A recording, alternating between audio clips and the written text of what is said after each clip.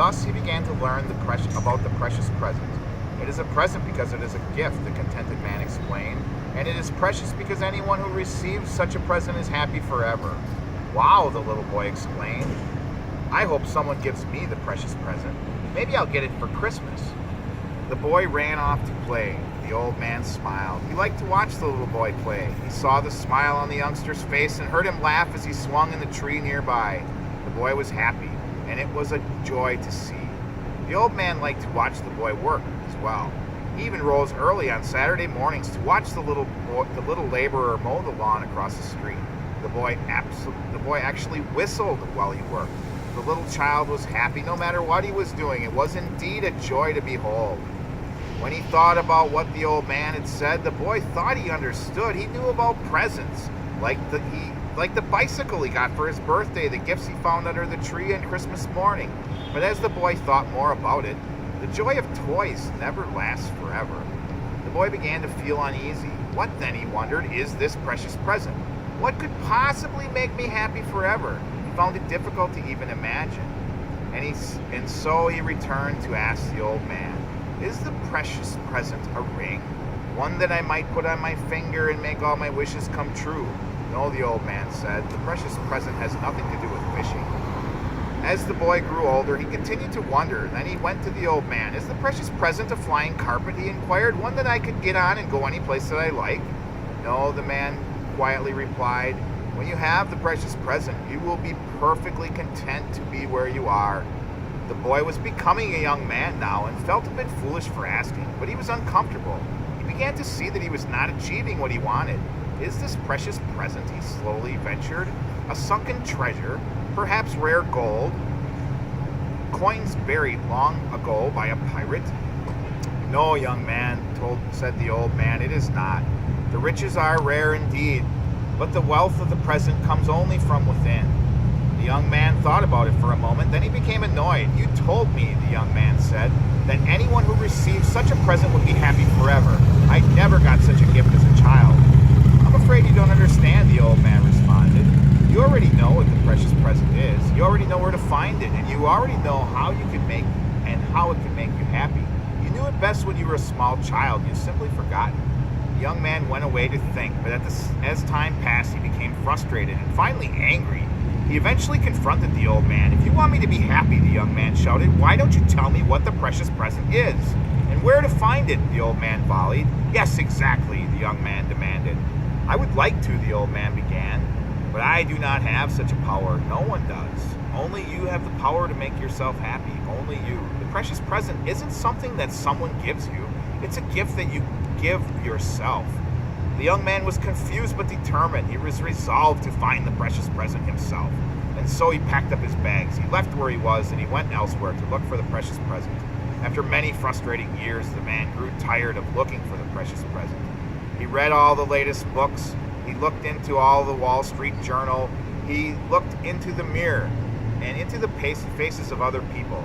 He had wanted so much to find the precious present. He had gone to extraordinary lengths. He had looked for it at the tops of mountains, on cold, dark caves. He'd searched for it in dense, humid jungles and underneath the sea. But all was to no avail. His stressful search had exhausted him. He eventually became ill occasionally, but he did not know why. The man returned wearily to the old man's side. The old man was happy to see him. They often laughed out loud together. The young man liked to be with the old man. He felt happy in his presence. He guessed that this was because the old man had felt happy with himself. It wasn't that the old man's life was so trouble-free. He didn't appear to have a lot of money. He seemed to be almost out of time. In fact, there was no apparent reason why he was so much happier and healthier than most people were. But happy he was, and so were those who spent time with him.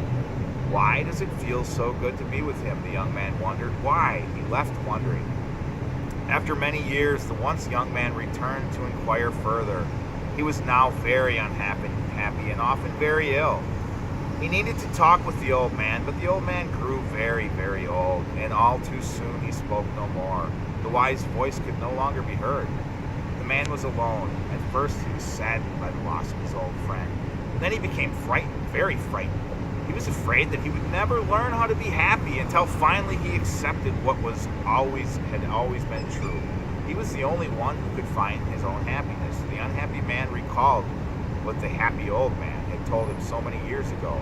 But as hard as he tried, he could not figure it out. He tried to understand what he heard. The present has nothing to do with wishing. You have to have when you have the present, you will be perfectly content to be where you are. The riches of the present come from its own source. The present is nothing that someone can give to you. It is something that you have to give to yourself. The unhappy man was now tired of looking for the precious present. He had grown so tired of trying that he simply stopped trying. And then it happened. He didn't know why it happened. When it happened, it just happened.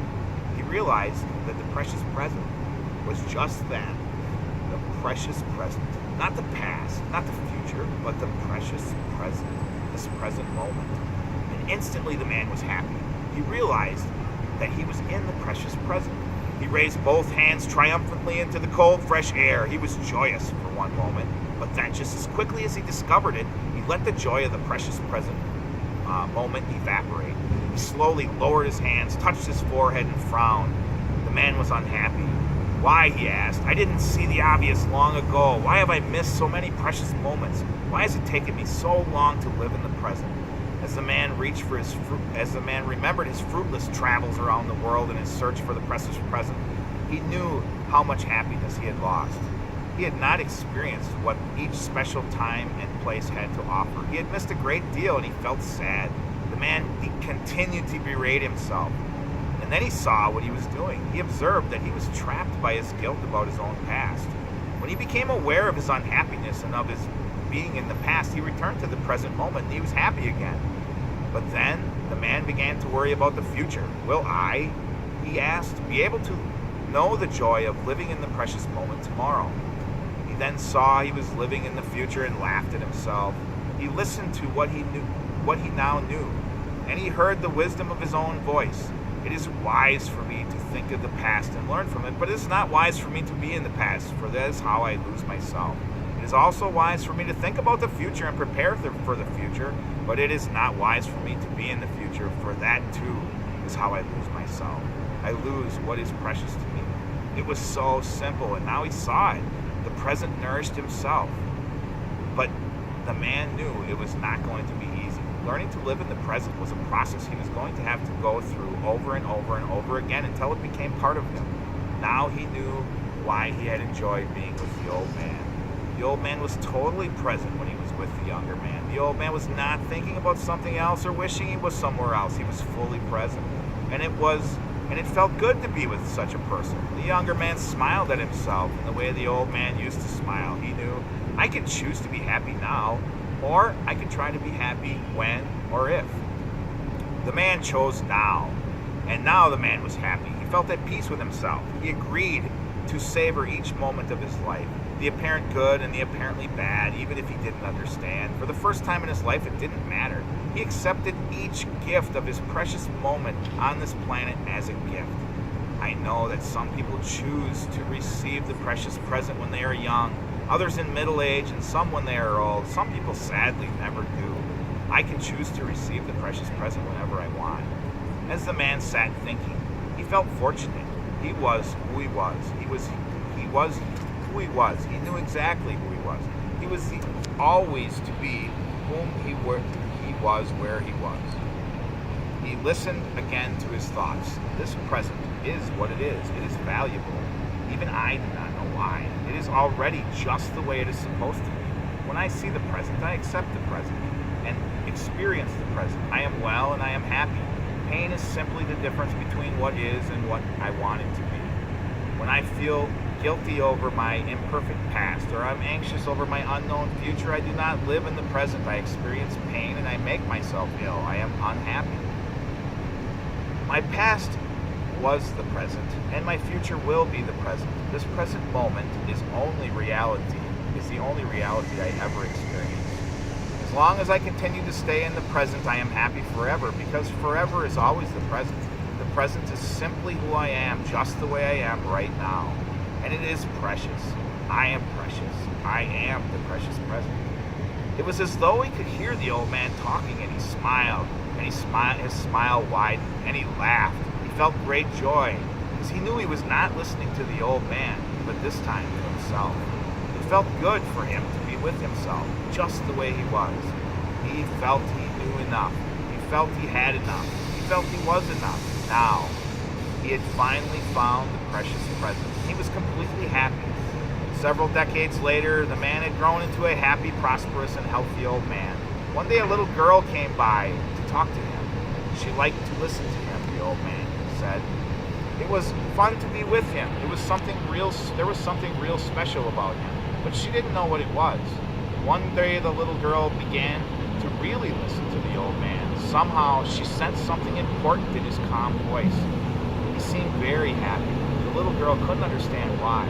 How could someone so old, she wondered, be so happy? She asked, and the old man told her why. Then, all of a sudden, the little girl jumped up and squealed off with delight. As she ran off to play, the old man smiled, for he heard what she had said. "Wow," she exclaimed, "I hope someday someone gives me the precious present." That's a beautiful story.